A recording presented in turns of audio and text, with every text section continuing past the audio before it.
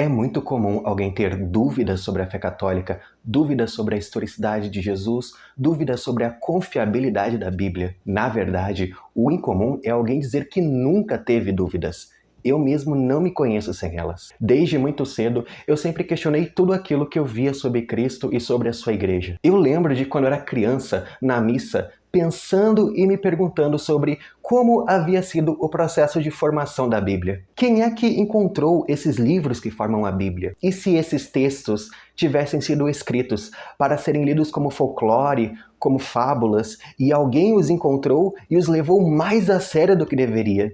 Eu pensava muito sobre isso. Eu me questionava o que eu imagino que todo mundo já se perguntou. E se a Bíblia foi modificada com o passar dos séculos por motivações políticas? Ou e se a Bíblia não foi escrita desde o início, justamente por motivações políticas? É libertador descobrir que várias das nossas dúvidas mais fundamentais já foram pensadas e já foram respondidas por alguém. É impossível pensar uma pergunta inédita para a fé cristã. Tudo já foi debatido. A internet está recheada de boas fontes de informações sobre a história e a doutrina da igreja. Entretanto, nem sempre é fácil encontrá-las nesse ambiente rodeado de teorias da conspiração e sensacionalismo. Não, fatos desconhecidos não é uma boa fonte histórica. Tome muito cuidado com esses canais que nunca citam as referências bibliográficas daquilo que afirmam. Neste vídeo, eu quero indicar bons lugares de pesquisa, refúgios seguros onde você pode despejar as suas dúvidas e as suas aflições e sair de lá com uma fé mais ancorada. Esse vídeo é realmente muito importante. Eu vou abordar várias dúvidas comuns e indicar caminhos concretos de pesquisa. Assista até o final e, se achar útil, compartilhe esse vídeo com alguém próximo, especialmente com alguém que precisa desse tipo de conteúdo. Às vezes, entregar a informação na mão da pessoa e deixá-la lê-la e refleti-la sobre ela, dando o tempo necessário para a maturação das ideias, é a melhor forma de ajudar alguém no processo de conversão. O livro mais essencial para entender a doutrina católica é, com certeza, o Catecismo da Igreja Católica. Ele se propõe a apresentar todo o ensinamento das Sagradas Escrituras, do Sagrado Magistério e da Sagrada Tradição. Houve vários catecismos ao longo da história. O mais antigo deles é o de Daquê, um pequeno catecismo católico datado do fim do século I. O atual Catecismo da Igreja Católica, o famoso amarelinho, foi publicado em 1992 por iniciativa do Papa João Paulo II. O Papa pediu para o seu cardeal de confiança, Joseph Ratzinger, que dirigisse e supervisionasse de perto a redação de todo o catecismo. Joseph Ratzinger, o futuro Papa Bento XVI, exprimiu muito de sua teologia naquele livro. O Papa Francisco elogiou e incentivou o estudo desse catecismo diversas vezes. Francisco fez apenas uma única alteração no parágrafo sobre a pena de morte. Essa foi a única alteração no catecismo em todo o seu pontificado. Se você chegar até o seu padre e lhe fizer uma pergunta, o seu padre pode, possivelmente, lhe dar uma resposta equivocada. Se você fizer uma pergunta a mim ou a um influencer na internet, é sempre possível que você receba uma informação errada. Mas você pode ter confiança no catecismo. Faça perguntas a ele e confie, pois o catecismo nunca irá lhe dar uma resposta errada. O catecismo é um livro perfeito. Folheando ele, eu descobri que também há uma lista enorme de referências e citações de padres da patrística, dos cristãos dos primeiros séculos. Você pode ler o catecismo de forma corrida, um capítulo e depois o outro, ou, se preferir, você pode usar o catecismo como um livro de consulta, lendo e consultando diretamente o assunto que você tem interesse. Se tratando do livro físico, você deve procurar, nas últimas páginas, o índice analítico. Lá, há várias palavras-chave, em ordem alfabética, sobre assuntos que você pode ter interesse, acompanhado do número do parágrafo que trata desse assunto. Aqui, por exemplo, a gente percebe que o tema sobre o aborto é falado desde o parágrafo 2270 até o parágrafo 2274. Então, para você ler sobre esse assunto, é só procurar esses parágrafos.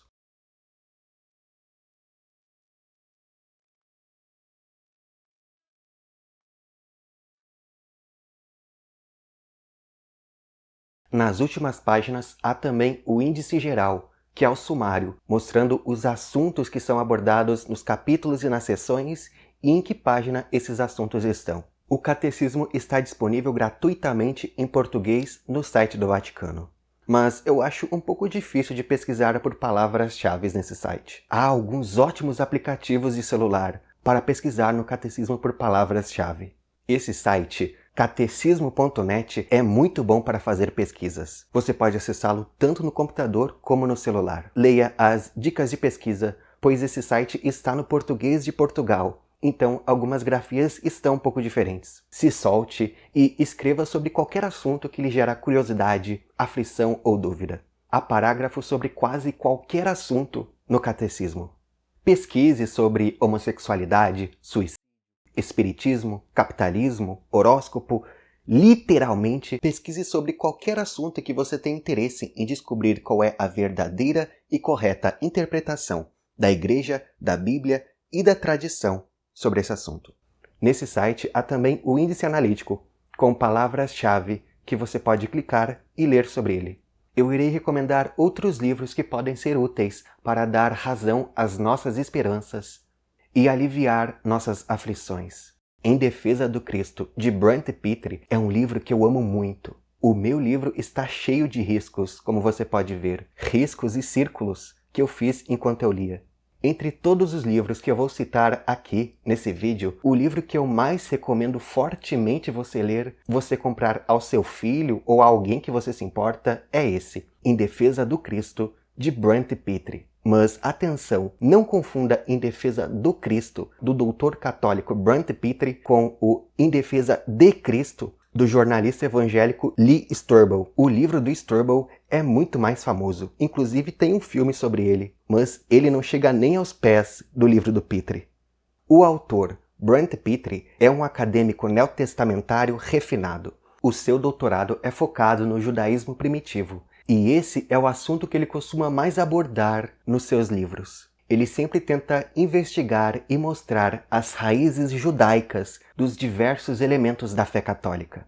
Nesse livro, o Pitre busca defender tanto a historicidade dos relatos dos evangelhos sobre Jesus, como também defender que Jesus é o Messias judeu, baseado nas expectativas judaicas da época. Esse é o sumário. No capítulo 1, A Busca por Jesus, o Brent Pitre relata o início da sua caminhada, quando entrou na Universidade Estadual da Louisiana e teve seus primeiros contatos com teólogos e historiadores liberais que pesquisavam a Bíblia e o cristianismo usando o método histórico-crítico. Ele relata ali o seu contato com Bart Ehrman. Bart Ehrman é o crítico textual ateu da Bíblia mais relevante, mais lido e mais interessante de todos. O Ehrman afirma que Jesus certamente historicamente existiu, utilizando-se dos critérios de autenticidade da metodologia histórico-crítica. Eu já li alguns livros do Bart Ehrman. Eu já li Jesus Existiu ou Não, mas eu não recomendo para quem não tem um pouco de maturidade na fé. O Bart Ehrman, inclusive, afirma que os evangelhos e a maioria dos textos do Novo Testamento datam do século I, poucas décadas após a crucificação de Jesus. Mas mesmo assim, ele, como ateu, coloca algumas dúvidas sobre a confiabilidade dos relatos dos evangelhos. Ele levanta a hipótese de que os evangelhos poderiam ter se desenvolvidos ainda no século I como uma espécie de telefone sem fio.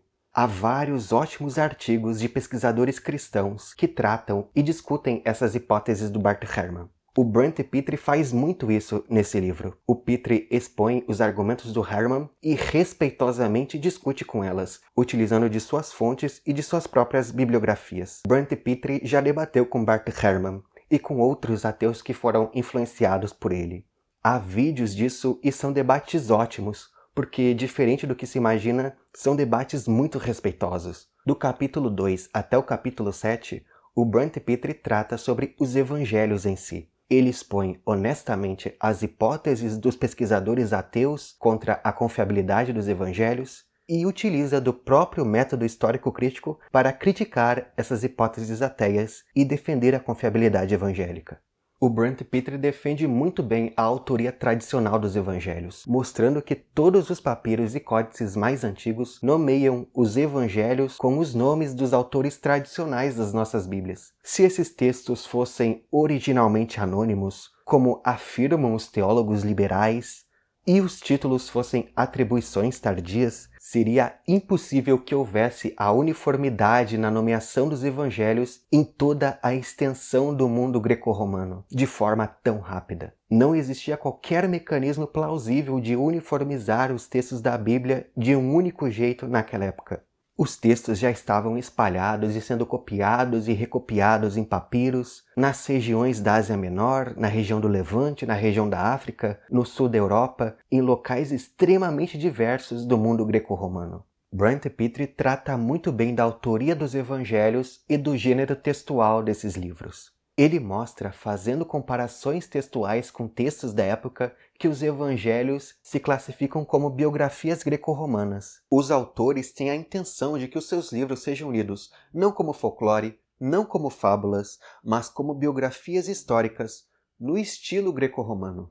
Do capítulo 8 até o fim, Brent Pitre trata do Jesus como o Messias judeu. Ele não foca tanto assim em Isaías 53, como os evangélicos costumam fazer para mostrar que Jesus é o Messias esperado. Brent Pitre foca mais nas profecias do livro de Daniel e mostra como Jesus manifesta de maneira judaica a sua divindade, fazendo alusões ao livro do profeta Daniel. Pitre sempre mostra textos de outros judeus do século I para mostrar qual era a expectativa judaica da época. Nos últimos capítulos, o Brent Pitre trata da crucificação e da ressurreição, falando sobre os critérios de autenticidade do relato da ressurreição e o que seria considerado uma ressurreição para os judeus do primeiro século. O mais incrível desse livro é que ele é recheado de referências bibliográficas e é cheio de citações, dentro do próprio capítulo. Ele cita o historiador judeu Flávio Joséfo em quase todas as suas páginas. Em Defesa do Cristo é o livro que eu mais recomendo acima de todos esses outros. Mas há também outros interessantes livros que eu recomendo bastante. Scott Hahn era um pastor evangélico presbiteriano da vertente Low Church da Igreja Presbiteriana dos Estados Unidos. Scott Hahn, que era um evangélico bastante anticatólico, passou por um processo de conversão ao catolicismo quando estudou os temas católicos que ele discordava, especialmente quando ele estudou o cristianismo primitivo na patrística e percebeu que os elementos da fé católica já existiam naquele tempo, muito antes do imperador Constantino ou de qualquer teoria da conspiração relacionada ao catolicismo. Scott Hahn conta todo o seu processo de conversão e o processo de conversão de sua esposa no livro Todos os Caminhos Levam a Roma. Scott Hahn escreveu vários livros. Um dos melhores é O Banquete do Cordeiro, em que ele fala sobre a Santa Missa. Ele mostra como os elementos da missa católica já existiam no cristianismo primitivo e mostra a teologia da missa presente na Bíblia, principalmente na Carta aos Hebreus e no livro do Apocalipse. Razões para Crer, Como Entender, Explicar e Defender a Fé Católica é outro ótimo livro do Scott Hahn, em que ele expõe as razões para crer nas mais variadas crenças católicas, como a primazia do Bispo de Roma ou como a intercessão dos santos, utilizando da Bíblia e da tradição dos primeiros cristãos primitivos. O casal Viviane e Alexandre Varela tem um livro que eu acho bastante interessante, chamado As Verdades que Nunca Te Contaram sobre a Igreja Católica, em que eles comentam sobre as Cruzadas e a Inquisição, falando sobre elas sem romantizá-las, mas também sem os excessos e as invenções que a mídia liberal cria sobre esses períodos históricos tão complexos. Todos os livros que eu indiquei aqui, por acaso, são de autores católicos. O único autor não católico que eu estarei indicando aqui é o cristão batista William Lane Craig, em seu livro Em Guarda. É um livro apologético que tenta defender elementos da fé cristã por meio de argumentações e critérios de autenticidade. Nos primeiros capítulos desse livro, o Craig tenta se aventurar a falar sobre a filosofia de Deus, mas eu acho mais interessante a parte final do livro, em que ele fala sobre a ressurreição de Jesus e utiliza os critérios de autenticidade do método histórico-crítico para tornar mais plausível os relatos da ressurreição, enquanto ele discute e argumenta contra as outras hipóteses ateias, céticas e liberais sobre a ressurreição de Jesus. Existem vários autores que também fazem isso, mas o Lane Craig resume os argumentos de uma forma muito boa de ler e sempre citando as referências para quem quiser se aprofundar mais. Por fim, eu recomendo aqui também o livro Patrística, Padres Apostólicos, volume 1. É um livro que reúne importantes cartas e textos dos primeiros cristãos dos primeiros séculos, especialmente do fim do século I e início do século II. As cartas de Santo Inácio de Antioquia, datadas do começo do século II, são fantásticas, porque você consegue reconhecer que a igreja dos primeiros cristãos é a mesma igreja de hoje. Inácio, bispo de Antioquia, que foi assassinado pelo Império Romano, escrevia muito sobre a importância da unidade dos cristãos por meio da unidade com o bispo. Ele falava sobre a Eucaristia ser verdadeiramente o corpo de Cristo. Ele falava que os cristãos não guardavam mais os sábados como povo da antiga aliança, e sim o domingo. Ele falava muitas coisas extremamente católicas. Agora eu vou recomendar ótimos sites para você procurar por respostas aos seus questionamentos. O melhor de todos é, sem dúvida, o Catholic Answers. Esse site é atualizado constantemente com novos artigos. Há textos sobre praticamente todos os assuntos e dúvidas que alguém pode ter. Há textos de ótimos estudiosos e apologistas nesse site. Entre todos os sites que eu recomendo, esse aqui é o melhor. Há textos realmente muito bons. O único problema é que esse site está totalmente em inglês, mas é fácil traduzir automaticamente tudo usando o navegador do Google Chrome. No computador, você deve clicar nos 3 pontinhos no canto superior direito, clicar em traduzir e em português. No celular é a mesma coisa. Se clica nos 3 pontinhos no canto superior direito e em traduzir. Assim, tudo no site fica em português. Mas para você escrever a sua pergunta na barra de pesquisas, a pergunta deve ser escrita em inglês. Então, eu recomendo você escrever a sua pergunta no Google Tradutor, traduzir para o inglês, copiar e colar na barra de pesquisa do Catholic Answers em inglês. Você pode escrever, por exemplo, confiabilidade dos evangelhos no Google Tradutor, copiar a tradução, colar na barra de pesquisa e procurar artigos sobre isso.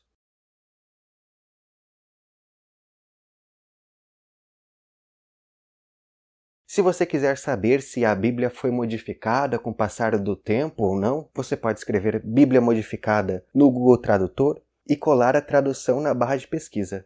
Se você tem dúvidas sobre se o cristianismo foi uma invenção do Império Romano, essa aqui é uma teoria da conspiração muito famosa, é só escrever isso em inglês na barra de pesquisa do site.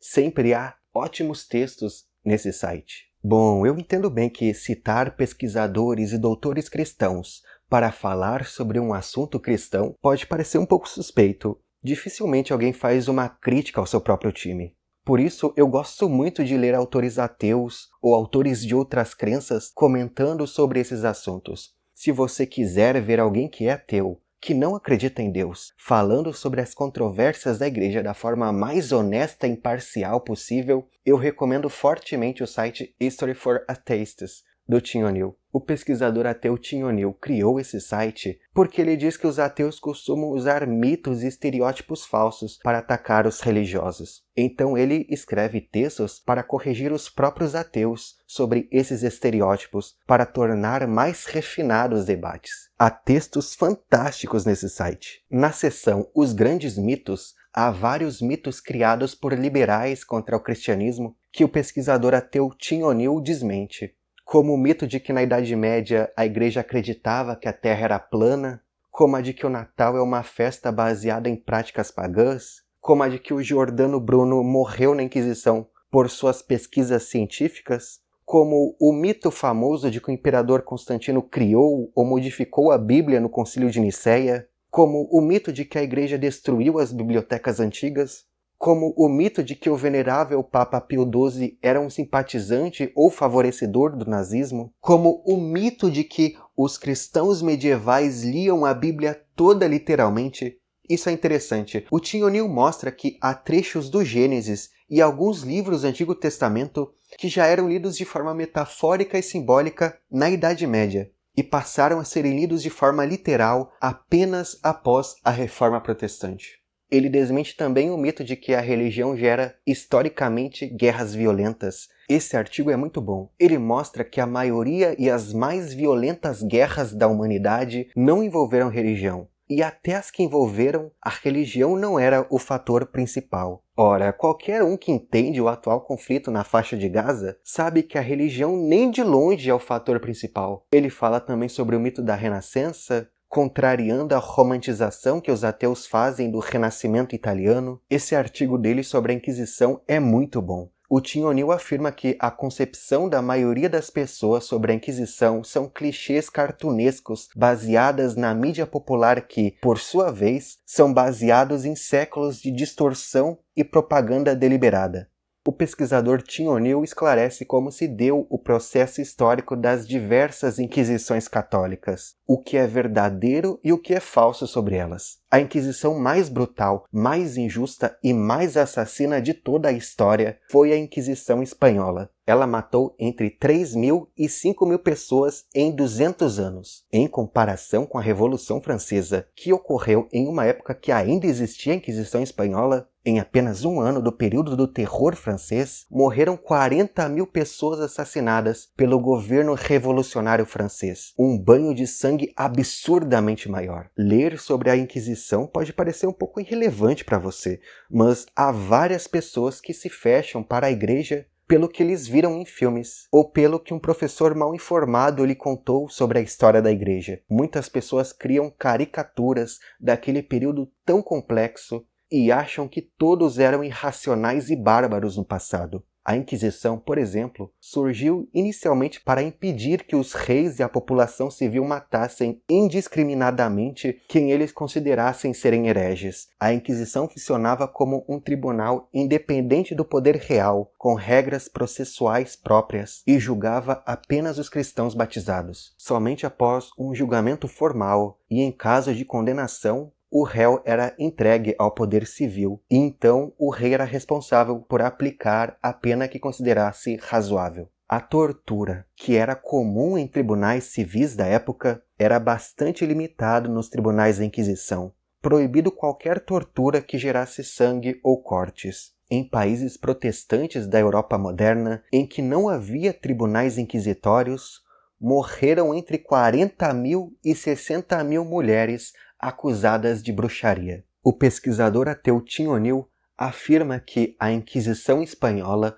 usou a maioria dos métodos e herdou as regras de seus predecessores medievais, mas era principalmente um instrumento de poder real dos reis espanhóis naquele contexto da unificação espanhola. Não foi uma instituição controlada pela Igreja de Roma, e sim pelos reis espanhóis, e por isso ela matou muito mais do que as outras inquisições, entre 3.000 e 5.000 pessoas em 200 anos. Há também esse ótimo artigo sobre o conflito entre ciência e religião, sobre aquele mito de que os religiosos, cristãos ou muçulmanos, agissem ao longo dos séculos para suprimir o desenvolvimento científico, algo que historicamente não é verdadeiro. É um mito criado por liberais iluministas, e o pesquisador ateu Tim O'Neill fala sobre isso nesse artigo. Também há artigos no site sobre a condenação do Galileu Galilei, como esse, Cético Cósmico Atrapalha Galileu, em que o Tim O'Neill corrige alguns mitos que esse jovem ateu Alex O'Connor afirma sobre o Galileu. O Galileu Galilei recebeu a pena de prisão domiciliar na época da Inquisição Romana. Ele nunca foi torturado ou ameaçado de tortura,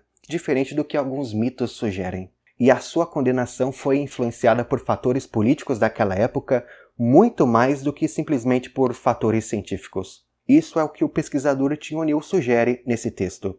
Há também, espalhado por esse site, um artigo sobre o mito de que a Igreja Católica incentivou o assassinato de gatos pretos e isso teria intensificado a peste negra. Eu já vi professores na internet falando esse tipo de coisa, mas essa história é uma lenda e é totalmente desacreditado hoje em dia. Há um artigo sobre o mito de que a Igreja Católica proibia a dissecação de cadáveres, atrasando assim o progresso dos estudos de anatomia. Eu já vi vários professores repetindo isso, falando que o Leonardo da Vinci roubava corpos para estudar anatomia sem a igreja saber. Isso é uma mentira amplamente divulgada pelos iluministas e liberais que é popular até hoje. Há vários artigos de especialistas acadêmicos da história da ciência que refutam essa história. O Tim O'Neill desmente isso nesse artigo. Há também esse artigo sobre a religião pessoal de Hitler. Todo mundo já viu aqueles memes de Orkut que colocam Hitler como o católico devoto e colocam uma suposta pessoa boa como o ateu para expressar que a religião não faz ninguém bom. Tim O'Neill mostra vários historiadores e biógrafos de Hitler que concluem que Hitler foi batizado católico na infância, mas abandonou os sacramentos ainda na adolescência e passou a seguir o que os historiadores chamam de cristianismo positivo, que é o que eu costumo chamar de cristianismo liberal. Hitler acreditava no cristianismo apenas como uma cultura civilizacional. O Adolf Hitler não acreditava na ressurreição literal de um homem judeu no século I chamado Jesus. E o pesquisador ateu Tim O'Neill mostra aqui várias provas históricas e citações de historiadores que afirmam isso.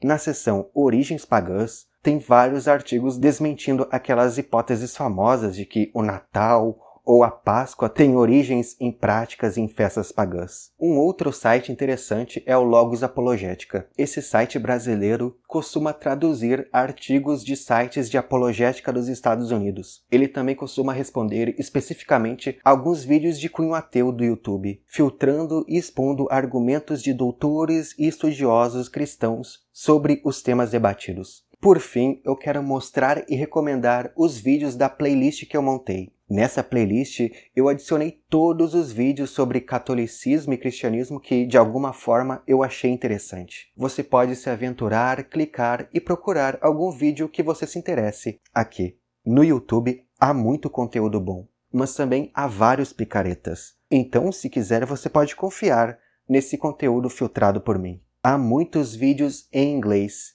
Se os títulos deles estiverem aparecendo em inglês para você, você pode traduzi-los diretamente no aplicativo do navegador, seja no computador ou no celular. Há muitos vídeos nessa minha playlist desse canal Testify, que está aparecendo como testemunho com a tradução automática. Esse canal tem vídeos curtos muito bons, respondendo dúvidas e questionamentos de youtubers ateus, agnósticos e muçulmanos. Alguns desses vídeos em inglês têm a opção de assistir com dublagem automática do YouTube. Basta apenas clicar na engrenagem, em faixa de áudio e em português. Há vídeos em inglês que não têm a opção de faixa de áudio, mas dá para assistir legendado, apenas clicando em legendas, traduzir automaticamente e em português. As legendas automáticas do YouTube funcionam muito bem em vídeos em inglês. Eu vou comentar aqui alguns vídeos interessantes dessa playlist como indicações. Esse vídeo, A História do Natal é realmente verdadeira? Trata da polêmica sobre o censo de Quirino no Evangelho de Lucas e a sua historicidade. Nesse vídeo, A Segunda Vinda de Jesus, o Brent Pitre dá uma perspectiva muito interessante sobre a Segunda Vinda de Jesus, relacionando ela com o final do livro do Apocalipse.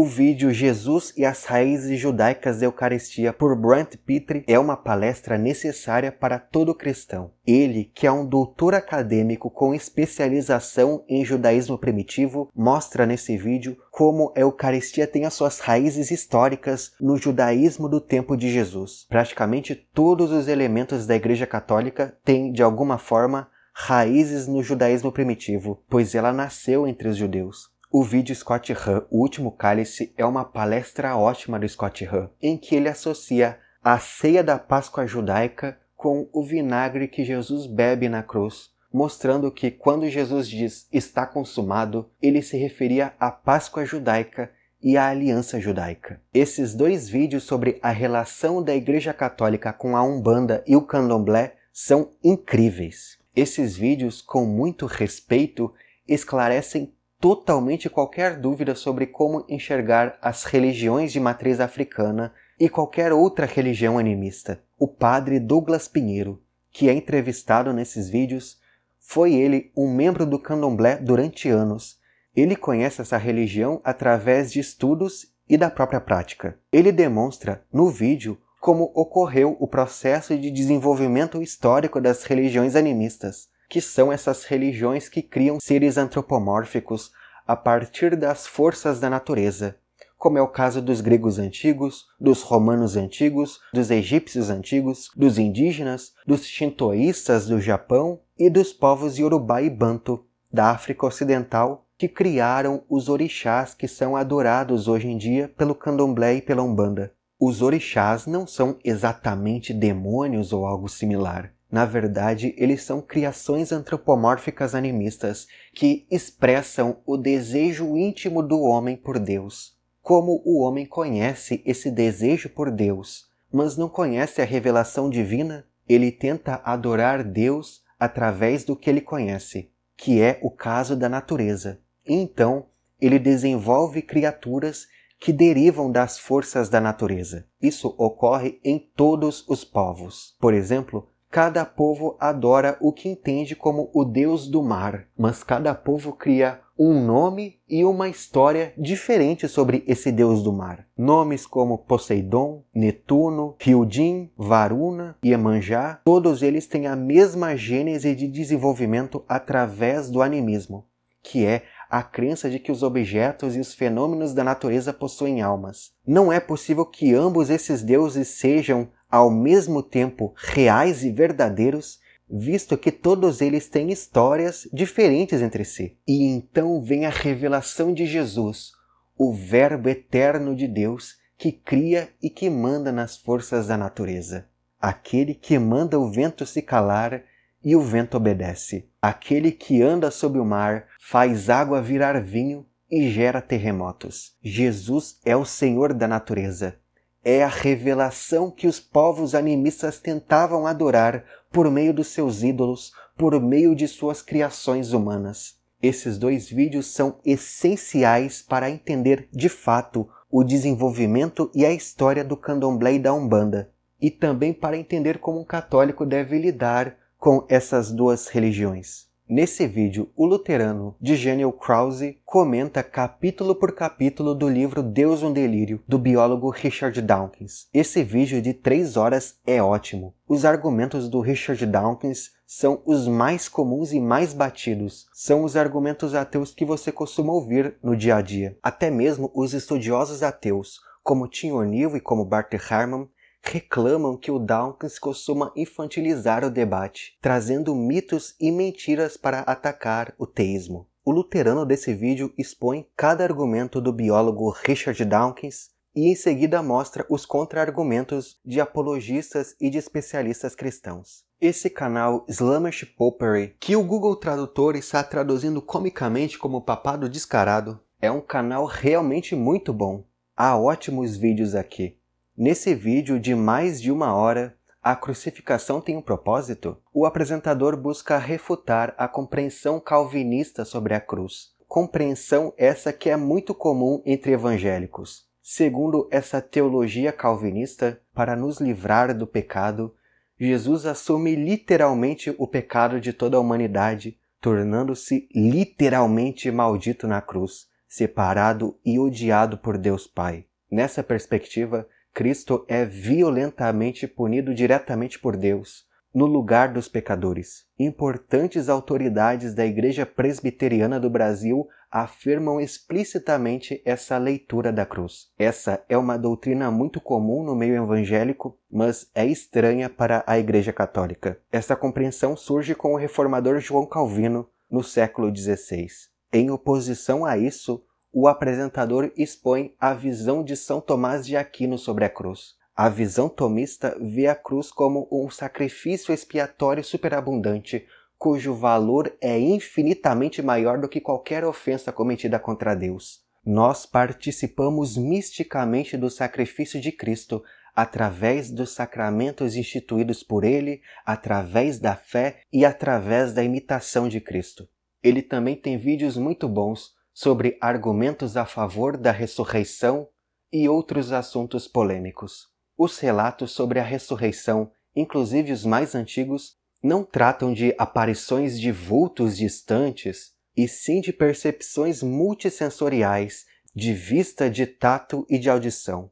Envolvem diálogos com Jesus ressurreto, no meio de várias pessoas. Esse vídeo, Constantino paganizou a igreja, é muito bom, porque o historiador Lucas Lancaster responde o arqueólogo adventista Rodrigo Silva. O arqueólogo Rodrigo estava tentando sustentar aquela hipótese de que o imperador Constantino era um falsário, que estrategicamente se converteu ao cristianismo por motivações políticas e gerou um sincretismo entre o cristianismo e o paganismo romano, inclusive gerando várias mudanças que existem até hoje. O problema é que o historiador Lucas Lancaster mostra que o arqueólogo adventista muda o sentido dos trechos dos historiadores que ele lê em vídeo para tentar sustentar a sua tese, descaradamente omitindo algumas frases que discordam de sua hipótese. O historiador Lancaster mostra diversos autores, diversos historiadores, antigos e modernos,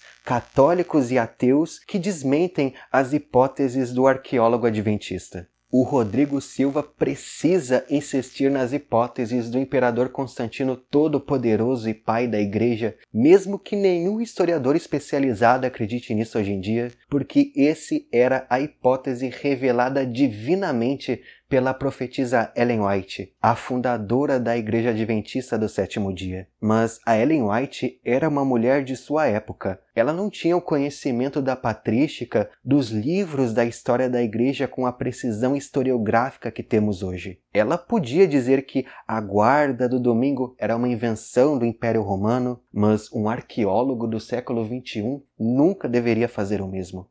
O canal Catolicismo Blindado, professor Eduardo Faria, é do ex-pastor evangélico da Igreja Presbiteriana do Brasil, Eduardo Faria. Ele aborda vários assuntos no seu canal. Aqui estão alguns vídeos interessantes dele. O vídeo Católicos Adoram os Santos é um vídeo bastante completo, abordando de forma resumida as dúvidas comuns que se tem sobre os santos e os fundamentos da doutrina católica sobre a veneração dos santos. Aqui há mais ótimos vídeos curtos do canal Testife, que o Google Tradutor traduz como Testemunhe. O canal Santa Carona tem alguns vídeos muito bons. Esse Como Surgiu a Confissão na Igreja mostra qual é a história de desenvolvimento da confissão e o seu fundamento bíblico, respondendo várias daquelas perguntas comuns como: por que confessar a um padre ao invés de confessar diretamente a Deus? Esse vídeo, Quando a Fé e a Ciência se Unem, a vida de Georges Lemaitre, é incrível. Ele conta a história do padre que refutou Albert Einstein e desenvolveu a teoria do Big Bang, o físico Georges Lemaitre. Ele cita um livro nesse vídeo que eu comprei e li, chamado Cientistas de Batina, escrito por 2 jornalistas italianos que contam a história de diversos padres cientistas. Eu já vi alguns professores desmerecendo o fato do Georges Lemaitre ser um padre católico, falando que ele virou padre apenas para conseguir estudar, mas isso é falso e o livro desmente totalmente. Lemaitre vinha de uma família da alta burguesia urbana. Quando ele entrou para o seminário, ele já havia se graduado em física e, mesmo após o Lemaitre publicar a sua tese sobre a expansão do universo, ele decidiu espontaneamente escrever um livro devocional a Nossa Senhora. Ele é um homem incrível que vale a pena ser conhecido. Aqui há mais ótimos vídeos curtos do canal Testife, respondendo argumentos de ateus e muçulmanos contra o cristianismo, especialmente argumentos do especialista ateu Bart Ehrman. Eu coloquei vários vídeos dele porque são vídeos curtos e muito assertivos, trazendo respostas baseadas em alguns especialistas bíblicos e historiadores. Esse vídeo sobre a Santa Giana é apenas um vídeo que eu acho muito interessante. O vídeo trata de um milagre ocorrido na cidade de Franca, em São Paulo, em que uma mulher conseguiu dar à luz a uma filha perfeitamente saudável, mesmo com a quase total falta do líquido amniótico. Esse vídeo mostra o quão sério é o processo do Dicastério para a Causa dos Santos, que investiga, com médicos e com membros da Academia Pontifícia, os supostos milagres para a canonização dos santos. Há também esses ótimos vídeos sobre a historicidade e os fundamentos do Papa. O Lucas Lancaster é um historiador e professor de história. O seu canal é totalmente focado na história da Igreja Católica. Há esse excelente vídeo do historiador Lucas Lancaster, em que ele explica como surgiu a primeira Inquisição Católica da história, que foi a Inquisição contra os Cátaros, em 1184. Por mais de 1100 anos, a Igreja Católica existiu sem nenhuma Inquisição, e ela criou a primeira Inquisição em um período extremamente complexo da Europa,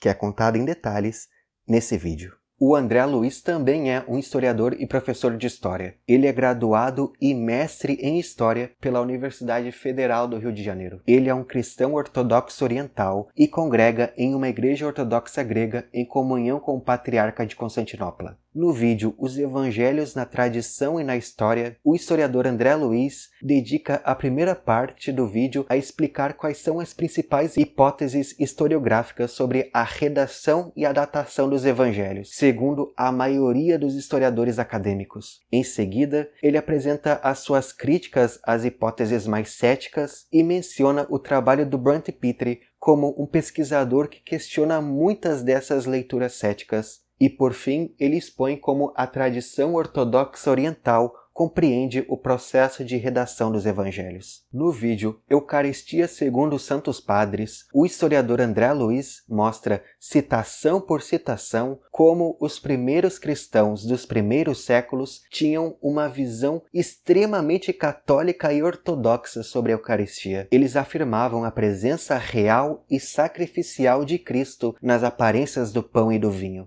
Esses dois vídeos do Padre Leonardo são indicados para quem tem algum problema de ansiedade religiosa, algum transtorno obsessivo-compulsivo relacionado com a religião. O padre trata muito bem sobre os maus pensamentos obsessivos e como lidar com eles. Esse vídeo do canal Plano Piloto, O Natal Era Pagão, desmente aquela história popular que se ouve anualmente de que o dia e as práticas do Natal foram copiados de festas pagãs romanas, como a Saturnária ou como o Dia do Sol Invicto. Essa é uma hipótese muito popular, principalmente entre jornalistas que querem gerar engajamento através de escândalos. Mas ela é desacreditada por vários historiadores, inclusive historiadores ateus, e esse vídeo mostra isso. O Pedril é outro canal, um canal pequeno no YouTube, que tem alguns vídeos muito bons e bem editados sobre alguns assuntos polêmicos. O último vídeo se chama Jesus realmente afirmou ser Deus, as evidências. Trata-se de um debate entre o jovem ateu Alex O'Connor